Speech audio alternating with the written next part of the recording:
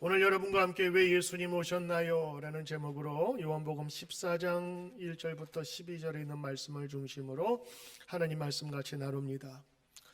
여러분, 벌써 12월입니다. 12월이 주는 세월의 느낌들이 있습니다. 앙상한 가지들, 그리고 열매를 다 거둔 이후에 황량해 보이는 들판. 회사에 다니신 분들은 연말 결산과 또 1년의 통계를 내놓으시느라 또 분주한 12월이 될 것이고, 또 물건을 파시는 분들은 연말 대목 세일을 준비하면서 마지막 피치를 올리는 연말이 될 것입니다. 12월은 달력의 맨 마지막 달인 만큼 우리로 하여금 한 해를 뒤돌아보게 합니다. 요즘에는 우리 셀폰이 많이 발달하고 또 그것을 중심으로 보기 때문에 달력 보는 일이 많이 적어졌지만, 예전에는 이렇게 하루마다 이렇게 한 장씩 뜯는 달력들이 있습니다. 그래서 한 장 찢으면 이제 하루가 가고, 또 한 달씩 있는 달력들은 한 달 지나면 뜯고, 그래서 12월이 되면 마지막 뜯을 때에 한 장만 남는, 그래서 벌써 1년이 이렇게 앙상하게 다 갔구나라는 그런 생각을 가게 되지요. 그런데 오늘 성경에서 또 우리 교회의 절기로 보면 12월은 첫 시작하는 첫 달이기도 합니다. 바로 성탄을 중심으로 4주 전, 바로 오늘이 대강절의 첫 번째 주일이고, 예수님의 오심을 기억하고 기도하고 소망하는 그 첫날이 바로 오늘 주일입니다. 그런 의미에서 보면 우리 12월의 이 첫 주는 우리 성도들에게는 새해와 다름이 없습니다. 그래서 새롭게 시작하는 이 하나님의 계절과 하나님의 나라를 바라보면서 첫 발을 내딛는 것이 바로 12월인 것입니다. 이처럼 교회 달력은 예수님 오심을 기다리며 시작을 합니다. 오늘 성가대가 주님 오시옵소서 임마누엘, 우리가 기대합니다. 오늘 말씀과 똑같이 이어지는 맥락에서 오늘 여러분에게 말씀을 드리는 것이지요. 여러분, 예수님의 오심이 우리 교회의 교회력의 첫 시작이라면 우리는 이렇게 한번 질문을 해볼 수 있을 것입니다. 첫째는 예수님이 누구시길래 이처럼 많은 크리스천들과 교회가 예수님 오심을 기억하고 기대하면서 이 한 해를 시작할까? 두 번째는, 그렇다면 그 예수님은 왜 이 세상에 오셨을까 하는 질문입니다. 추수감사절 이후에 블랙 프라이데이, 또 연말 폭탄 세일 등 많은 상품들이 우리를 기다리고 있는 듯한 이 분주한 이 연말, 특별히 뉴욕에서는 메리 크리스마스 대신에 해피 헐러데이라고 하는 인사가 각 회사나 또 로고에 들어가 있는 모습들을 보면서 우리가 잊었던 이 성탄의 의미, 그리고 우리 교회가 첫 시작으로 준비하는 그 거룩하신 성자의 오심을 우리가 기억하고 우리가 기대하지 않는다면 세상 사람들과 같은 잠시 기쁜 그 정도로만 끝날 것 같습니다. 오늘 모든 교회와 성도들이 소망하며 기다리는 그 예수님, 그분의 오심을 오늘 이 시간 함께 기도하면서 알아보는 시간 되기를 바랍니다. 여러분, 예수님께서 왜 오셨습니까? 여러분이 이미 아시는 바이지만 혹시라도 세례를 받고 준비하는 사람들, 그리고 새로운 믿음을 가지고 이 교회에서 믿음 생활을 열심히 생활하려고 하는 오늘 성도님들은 오늘 이 말씀을 한번 기억하시면서 마음에 새기길 바랍니다. 첫째, 예수님께서 왜 오셨나요? 예수님은 하나님으로서 우리를 이해하고 그분의 뜻을 알리기 위해서 이 세상에 오셨습니다. 더 정확하게 말하면 이 세상에 내려오셨습니다. 예수님 오셨다고 하면 이 동등된 우리의 평지화된 공간에서 멀리서 차나 걸음을 타고 이렇게 오셨다는 그런 느낌이 드는데, 사실 예수님이 오셨다라는 표현은 내려오셨다는 표현이 더 정확한 것입니다. 이 세상에 내려오신 거룩한 분, 이 세상에 내려오신 가장 높으신 분. 그래서 대강절은 기대하다의 대자고 강, 내려올다, 하늘을 날다라는 그런 뜻인데요. 승강, 하강 이런 뜻이, 그 강자는 이렇게 내려오고 올라간다는 그런 뜻을 가진 그런 한자입니다. 그래서 대강 그러면 하늘에서 하나님이 우리 인간의 몸을 입으시고 내려오신 날을 기대하며 소망하는 그 절기를 대강절이라고 합니다. 영어로는 어드벤트라고 하는데, 그 기간 동안에 성자의 탄생을 기도하며 준비한 많은 사람들처럼 우리 교회가 예수님 오심을 기다리면서 한 해를 시작하는 것, 바로 그것이 대강절의 의미인 것입니다. 이 구원자가 이 세상에 오셨다라고 하는 것은 아주 특별한 의미가 있습니다. 우리가 섬기는 그 가장 귀한 주님이 이 세상에 내려오셨다고 하는 것은 다른 종교와 비교되는 것입니다. 여러분, 어느 신이 이 세상에 인간의 모습으로 인간을 이해하고 돌보기 위해서 내려왔습니까? 그런 신은 아무도 없습니다. 도대체 인간으로 어떻게 그 주님이 오실 수가 있는가? 여기에 대해서 의문을 가지신 분이 많으실 텐데, 이런 이야기가 있습니다. 도대체 주님이 인간으로의 모습을 가지고 오실 수 있는지 믿지 못하는 부인이 있었습니다.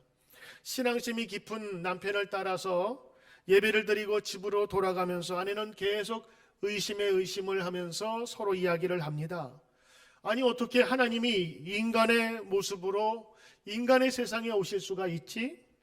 난 아무리 믿으려고 해도 믿을 수가 없어요. 남편은 의심하는 아내에게 계속 설명을 했지만 소용이 없었습니다. 집 문 앞에 이르러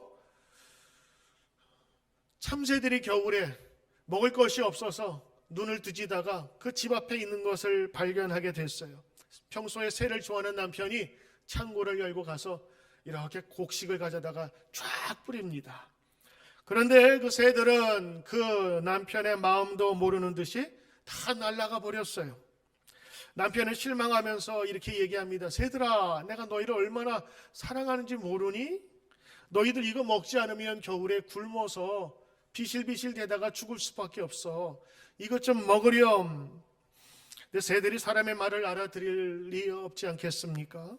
남편은 날아가는 새들을 향해서 안타까운 마음으로 이렇게 말했습니다. 너희가 내 마음을 좀 알았으면 좋겠는데 내가 새가 되어서 너희와 말을 할 수 있으면 얼마나 좋을까. 그때 이 말을 듣던 이 부인이 갑자기 마음에 무언가 깨달음이 어떻 반짝거렸어요. 그래, 하나님이 인간에게 계속 사랑을 베풀었지만 인간들은 하나님의 품을 계속 떠났어. 인간이 하나님의 사랑을 깨달을 수 없기 때문에 우리 인간의 모습으로 하나님이 이 땅에 오신 것이야. 그래서 그 사랑을 십자가로 표현한 것이지. 아내는 고개를 떨구면서 집으로 들어가 무릎을 꿇고 낮고 낮은 이 세상에 오신 예수님께 감사의 기도를 드렸다는 이야기입니다. 이 대강절을 설명할 때 이 이야기는 자주 등장을 합니다. 이해를 하기 위해서 더 낮은 곳으로 오신 예수님의 모습을 표현한 것이지요. 세상의 모든 신은 다 받들어야 합니다. 그리고 높은 경지에 올라가기 위해서, 구원을 오르기 위해서 아주 높은 절벽을 오르듯이 많은 사람은 그곳에 어려움을 각오하고 올라가야만 만날 수 있는 구원의 세계가 있다고 이야기하는 것이 세상의 종교입니다. 그런데 여러분, 기독교는 그렇지 않아요. 주님이 저 높은 하늘에서 이곳에 내려오셨다고 하는 것이 바로 복음의 소식입니다. 그것이 기쁜 소식입니다. 그것이 율법이든 지켜야 할 계명이든 반드시 그것을 지켜야만 구원을 받는다고 합니다. 혹은 섬기는 그 신들을 즐겁게 하고 복되게 하기 위해서 지성을 들이면서 감동을 주어야 복을 받는다고 믿는 것이 세상의 종교입니다. 여러분들, 우리 시골에 어렸을 때 사신 분들은 무속신앙을 아마 많이 접하셨을 거예요. 교회가 들어가기 전 우리 예전부터 마을마다 어떤 문제가 있거나 어려움이 있을 때는 구술했어요. 그래서 구판을 벌린다 그러죠. 그 무당들이 거기에서 며칠씩 춤을 추면서 음식을 차려놓고 합니다. 그 구판을 여러분 왜 여는 줄 아세요? 음식을 차려놓고 구판을 연다 그러면 하루짜리가 있고 3일치가 있고 일주일치가 있대요. 돈이 달라요.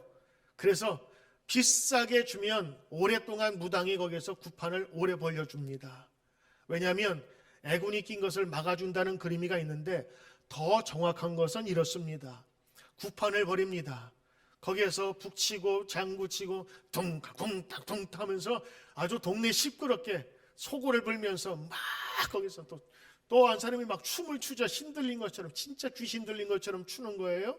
그렇게 노래를 하고 장단을 아주 꽹과리를 북을 치면요 귀신들이 슬금슬금 온답니다. 그래가지고 거기서 춤을 막 추면 귀신들도 좋아가지고 막 춤을 춘대요.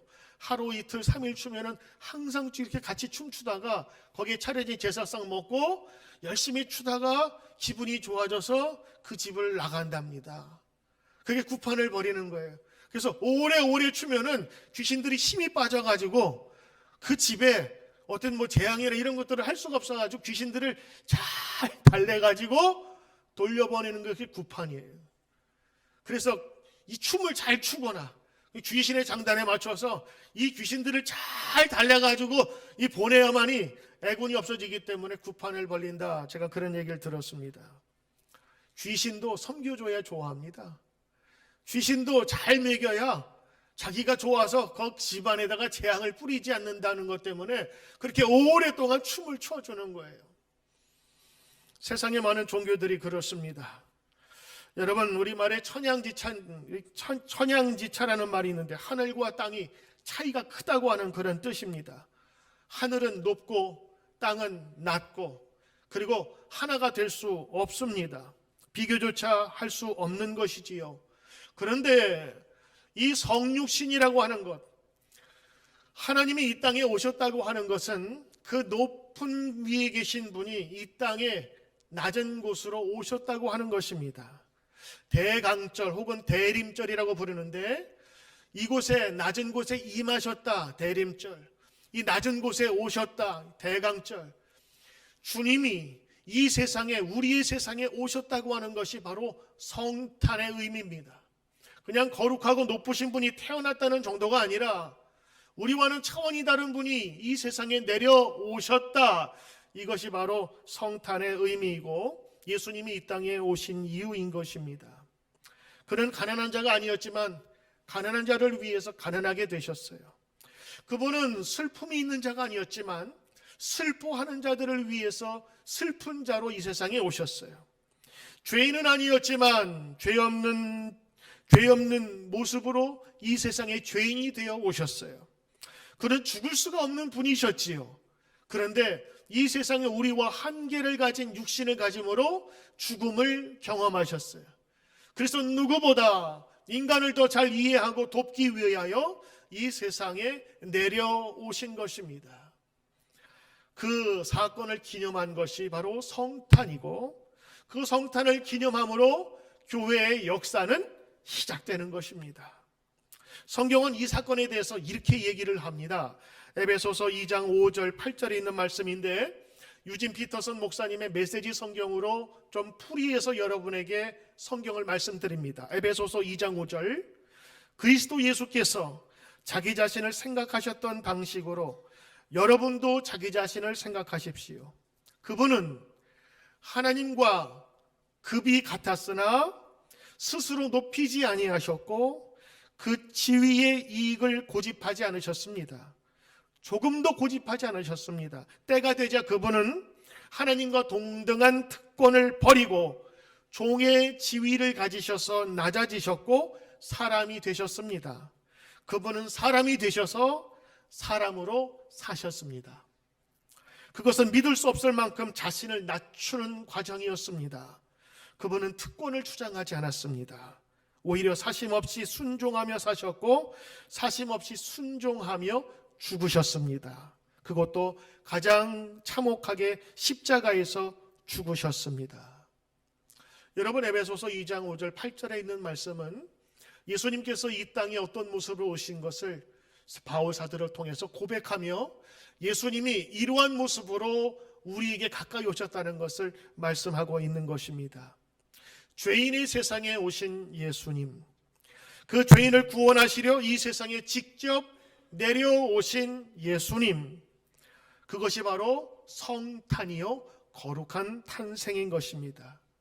바로 인간을 구원하시기 위해서 낮아지신, 그리고 그들을 이해하고 더 낮은 몸으로 섬기기 원하여 이 세상에 오셨다. 이것이 바로 성탄의 첫 번째 의미인 것입니다. 주님 말씀하십니다. 이렇게 세상에 오셔서 직접 길을 만들어 주셨어요. 직접 하나님께로 갈 수 있는 통로를 열어주셨어요. 내가 곧 길이요 진리요 생명이니 나로 말미암지 않고는 아버지께로 갈 자가 없느니라. 할렐루야. 오늘 주님께서 그 길을 열어주시기 위하여 이 세상에 내려오신 것입니다. 두 번째로 주님께서 왜 우리에게 오셨는가? 바로 그것은 누구도 풀 수 없는 죄의 문제를 해결하시기 위해서 이 세상에 내려오셨습니다. 요리를 배우고 싶은 사람은 요리학원에 가면 배울 수 있습니다. 지식이 부족한 사람은 학교에 가면 지식을 배울 수가 있습니다. 악기를 원하는 사람은 악기 학교에 가면 여러 가지 악기를 연주하고 배울 수가 있습니다. 그런데 세상에서 배울 수 없는 것이 있어요. 죄를 용서하고 죄를 해결하는 방법은 우리 이 세상에서 배우지 못합니다. 오로지 성경을 통해서 혹은 종교를 통해서 배울 수 있는 것인데, 많은 종교들이 이 죄의 문제에 대해서 접근을 합니다. 또 많은 사람들이 학문적으로 접근합니다. 그래서 죄의 해결이 아니라 죄를 얼만큼 짓지 않고 죄 없이 살 것인가 하는 인간의 윤리적인 문제, 또 철학적인 문제로 접근하지만 죄의 해결의 문제는 풀 수가 없는 것입니다.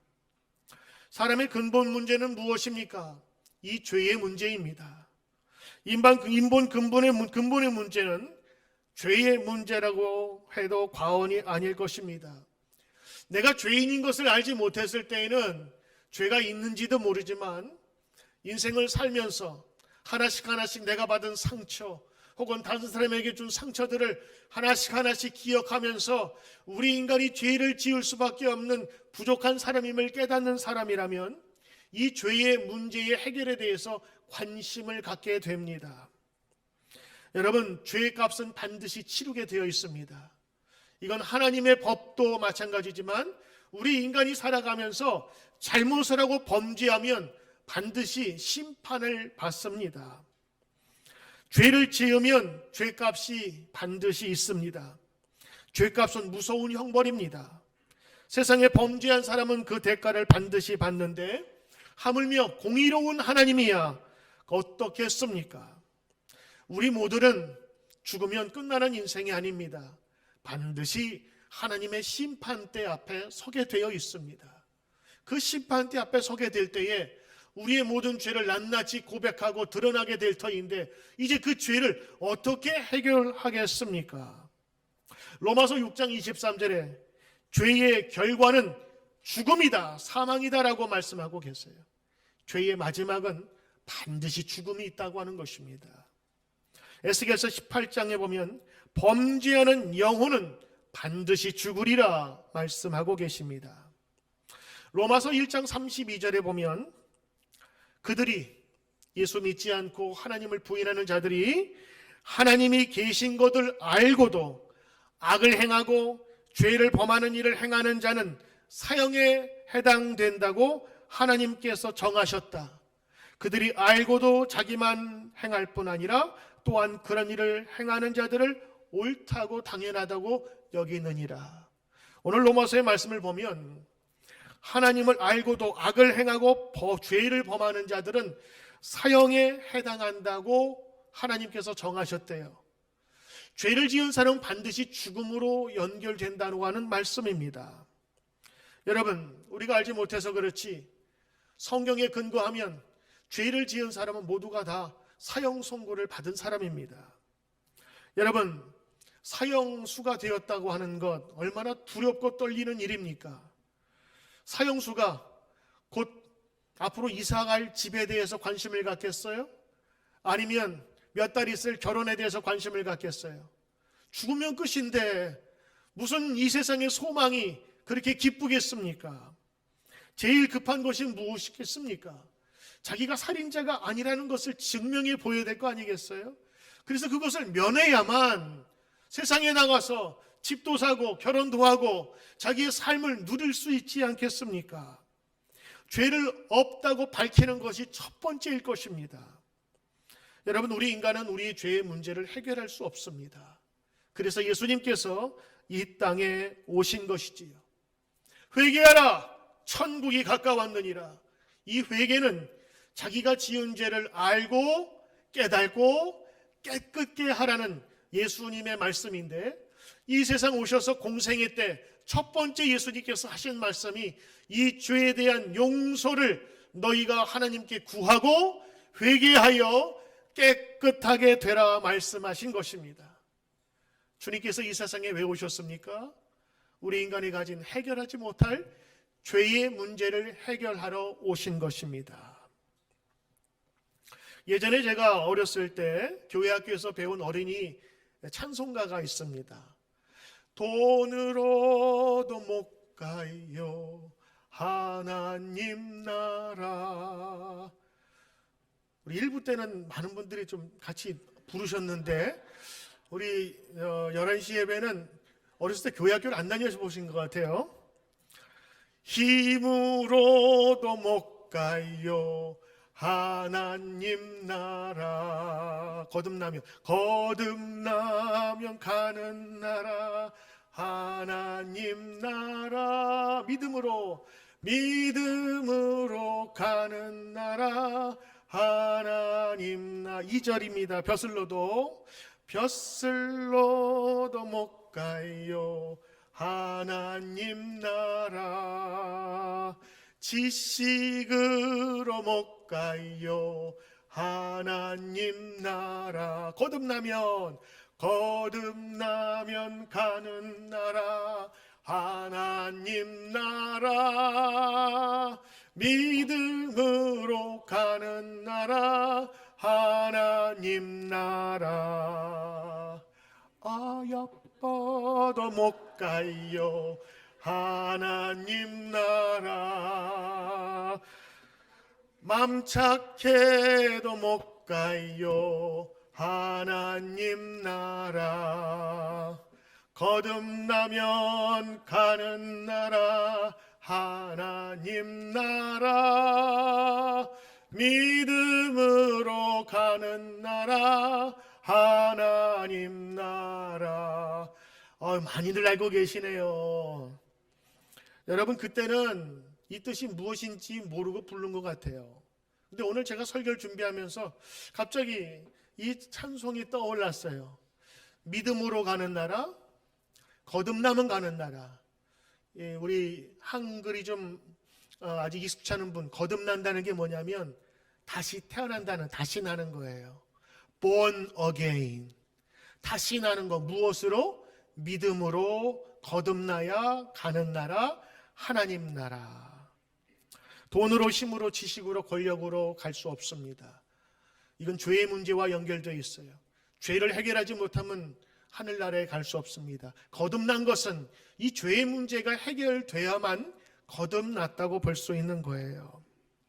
나를 대신해서 죽으신 예수님께서 나의 죄를 대신해서 탕감해 주시고 다 죄 없다 하셨어요. 그것이 십자가에서 예수님께서 죽으신 것입니다. 고린도 후서 5장 14절 말씀 제가 읽을게요.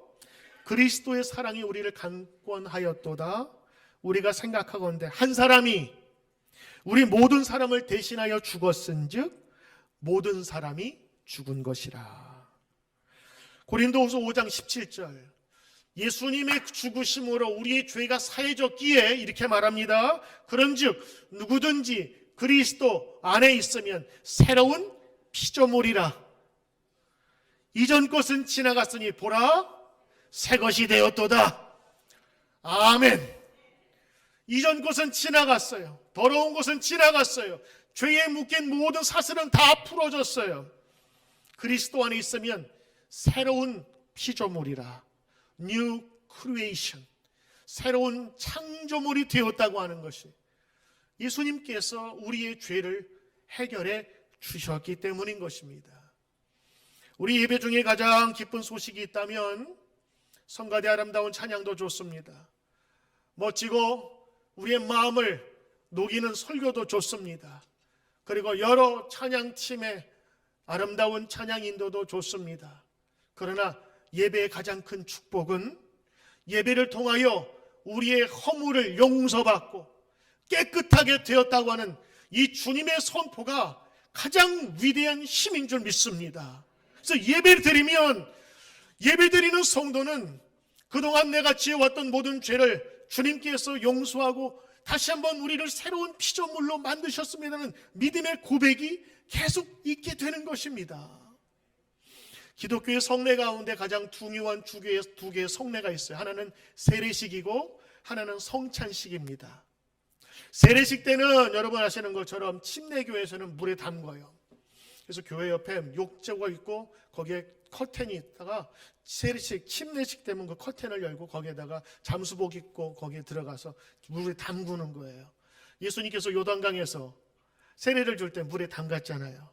그래서 담글 때 이렇게 머리부터 안 하고 미장원에 가면 이렇게 뒤로 이렇게 눕듯이 뒤로 이렇게 눕히죠. 물에 쑥 들어갔다가 다시 나오게 됩니다. 물속에 들어간 거는 이제 죽었다고 하는 그 표현이고, 물에서 나왔다고 하는 것은 이제 다시 살았다고 하는 그런 표현이에요. 우리 요즘 개신교회에서는 이렇게 욕조가 없기 때문에 물을 깨끗게 하는 그 상징하는 물을 머리에다가 뿌리지요. 그 세례의 의미는 이제는 죽었다가 다시 살아났다는 표현이고, 그리고 또 하나는 이 물로 인해서 더러워진 우리의 몸을 씻듯 우리의 죄가 씻었음을 고백하는 거예요. 그리고 이렇게 교육자가 선포하죠. 너의 죄가 사하여졌느니라. 누구의 이름으로? 예수 그리스도의 이름으로. 사람의 힘이 아닙니다. 예수님께서 이미 그 일을 행하셨어요. 그래서 그 예식을 통하여서 우리 모든 사람이 이제는 나는 세상에서 죽었습니다. 그러나 예수 안에 살았습니다. 죄 안에 죽었습니다. 그러나 예수 안에 다시 살아나 새로운 피조물이 되었습니다라고 고백하는 것이 세례 예식이에요. 세례 예식에 참여하는 자는 그래서 그런 믿음으로 교육하고 참석하고, 함께 구경하시는 분들은 이미 받은 세례의 감격을 다시 믿음으로 고백하는 거예요. 성찬식은 그 믿음으로 자신의 죄가 고백하고 깨끗게 된 사람들이 함께 모여서 주님의 살과 피를 함께 나누며 그분이 우리를 위해 죽으신 것 기억하고, 주님께서 그렇게 사셨기에 나도 그 길이 최선의 길이고 가장 좋은 길임을 알기에 나도 주님께서 말씀하신 대로 사랑하며 살겠습니다. 여러분, 이 의식을 통해서 우리 성도들은 우리 주님께서 우리에게 행하신 죄 용서, 죄 없다 하시, 우리를 새롭게 만드신 예수님의 그 말씀에 동참하는 것입니다. 예수님 이 땅에 왜 오셨습니까? 우리의 죄를 위해서, 아니 정확하게 말하면 나의 죄를 위해서, 여러분 한 사람 한 사람의 죄를 위해서 이 세상에 오셨습니다. 그래서 그 믿음을 가지고 주님, 내가 예수님 믿을 때에 나의 모든 더러운 과거의 죄 하나도 기억하지 않으시고 나를 주님의 백성으로 삼으신 것을 감사합니다. 그래서 하나님 찬양하며 예배합니다. 이거 예배입니다. 오늘 이 땅에 오신 예수님, 특별히 나의 죄를 씻으시고 그리고 묻지 않으시는 주님의 은혜를 기억하길 바라며, 아직도 세례를 받기를 주저하시는 분이 있다면 여러분, 누구도 해결할 수 없는 이 죄의 문제를 주님께서 해결해 주셨기에 우리는 세례받고 그리고 주님의 귀한 은혜 가운데 거해야 될 줄 믿습니다. 세 번째, 여러분 그러면 주님께서 왜 오셨을까요? 그것은 예수님께서 이 세상에 오신 분명한 이유, 영원한 생명을 주러 오셨기 때문입니다. 오늘 여러분이 읽으신 성경 요한복음 14장 1절에 보면 제자들이 이렇게 묻습니다. 주님, 우리가 주님이 가야 될 것을 모르겠습니다. 주님께서 말씀하시죠. 내가 가도 너희 혼자 내버려 두지 않겠노라. 너희는 근심하지 말라. 내가 먼저 가서 너희 올 것을 내가 예비하리라. 성경에는 아버지 집에 거할 곳이 많도다. 너희를 위하여 거처를 예비한다. 영어 성경에는 맨션이라 그랬어요. 살 수 있는 맨션, 그 거처를 너희를 위해서 준비하러 내가 먼저 간다. 그리고 너희가 올 때에 내가 너희를 영접하리라. 이것이 예수님의 말씀이었습니다. 그렇다면 분명히 우리가 사는 세상과 또 죽어서 가는 또 다른 세상이 있다는 것인데, 우리들에게는 예수님께서 예비하신, 준비해 놓으신 그게 있다는 거예요. 우리 캠핑 좋아하시는 분은 알겠지만 어떤 분들은 캠핑 갈 때 아버지가 먼저 가는 분이 계세요. 그래서 거기 텐트를 먼저 쳐놓고, 옛날에 되게 어려웠거든요, 맞추는데. 그러면 텐트 치고 고랑 태고 차양막 치고 또 거기다가 준비해간 그 테이블 펴고 음식할 수 있게 버너도 준비하고 놀이터도 준비하고 막 이거를 아버지가 준비한 다음에 어머니와 식구들이 다른 차를 타고 다 준비되어 있으면 다 준비됐어요 여보? 그러면서 싹 와서 딱 준비되어 있는 거를 이제 같이 누리는 거예요. 예수님이 지금 그거 준비하러 가시는 거예요. 저 천국에 내가 먼저 가서 준비할 터이니 너희들 나를 따라서 열심히 세상 살다가 아버지 집에 올 때에 그 거한 맨션에 내가 너희를 거하도록, 그리고 내가 너희를 영접하면서 너희를 맞이할 터이니 이제 너희는 근심하지 말라. 분명한 길이 있다. 분명한 처소가 있다. 그러면서 하신 말이, 우리가 주님의 가는 길을 어떻게 알겠습니까? 그러자 오늘 14장을 6절에 이렇게 말합니다. 내가 곧 길이요, 내가 곧 진리요, 내가 곧 생명이다.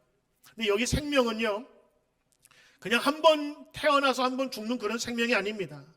이 생명은 영원한 생명의 eternal life, endless life, 끝이 없는 생명, 영원한 생명을 그들에게 준비하기 위해서 예수님께서 먼저 가시면서 그 제자들에게 확신을 가게 주고 막 가르쳐 주신 말씀이, 나는 진리요, 나는 길이요, 나는 영원한 생명이니 나를 따라오는 자에게 내가 그 은혜를 주겠노라 말씀하신 것입니다. 그렇습니다. 주님께서는 영원한 생명의 길을 우리에게 알려주시고 생명을 주시려 이 세상에 오신 것입니다.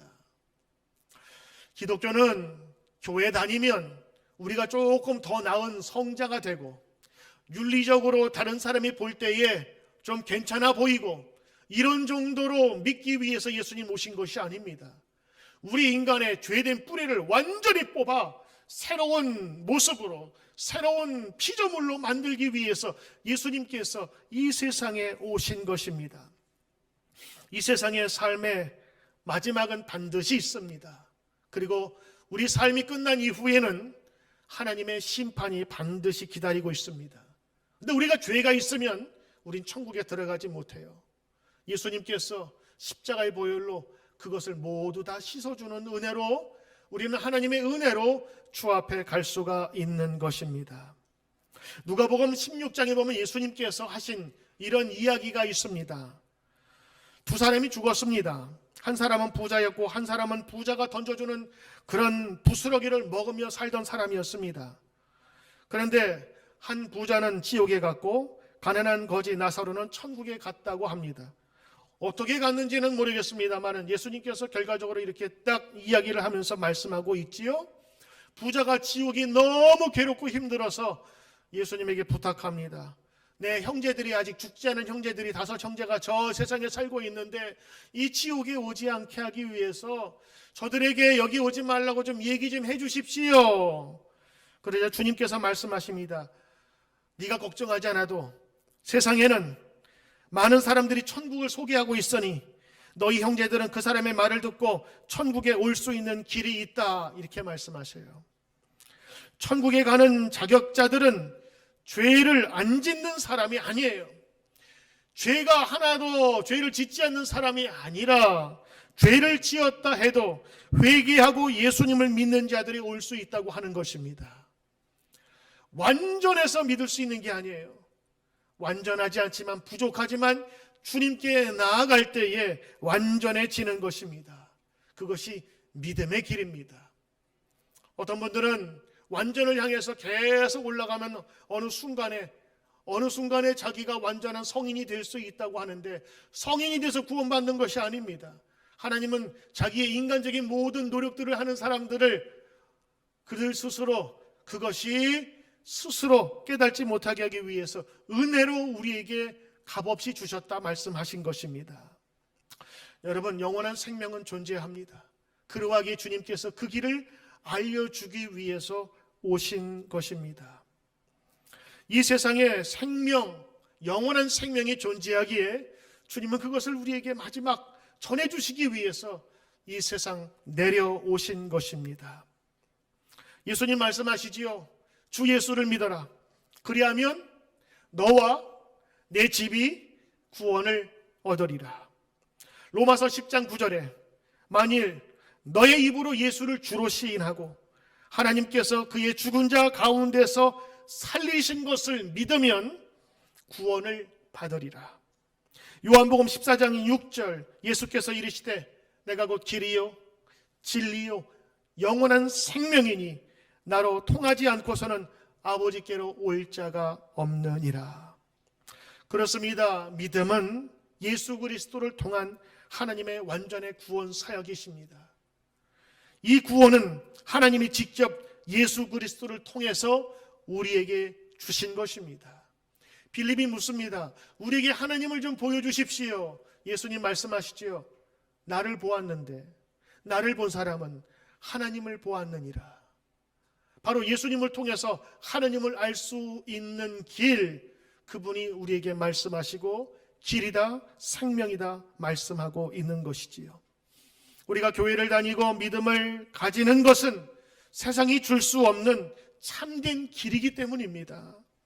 어떤 단체도 줄 수 없는 진리이기 때문입니다. 우리가 신앙생활을 하는 것은 그 위대한 학문도 얻을 수 없는 참된 생명, 영원한 생명이 우리 가운데 있기 때문입니다. 이번 성탄절을 여러분은 어떤 마음으로 준비하시렵니까? 우리를 위해 모든 것을 주시고자 하나님과 동등됨을 취할 수 있음에도 불구하고 이 낮은 곳으로 오신 그 예수님의 탄생을 우리 성도들이 준비하고 그리고 기뻐하지 않으면 세상 사람들은 선물 주고받는 그런 얄팍하고 쾌락적인 성탄절을 오히려 우리 성도들에게 강요할지 모릅니다. 교회의 첫 시작은 예수님께서 이 땅에 내려오신 것을 너무도 감사하고 기뻐하면서 준비하는 그 기간을 시작이 됩니다. 아니, 이제 오늘로 시작이 되었습니다. 사랑하는 성도 여러분, 예수님께서 이 땅에 오셨습니다. 아멘. 여러분을 위해 오셨습니다. 나를 위해 오셨습니다. 그 기쁨이 진정한 성탄의 기쁨이 되어 어두운 곳에 예수님의 밝은 빛뿐만이 아니라 영원한 초소를 예비하시는 이 주님의 말씀과 명령을 예수님 알지 못하는 자에게 함께 나누는 저와 여러분 되시길 주의 이름으로 축원합니다. 기도합니다.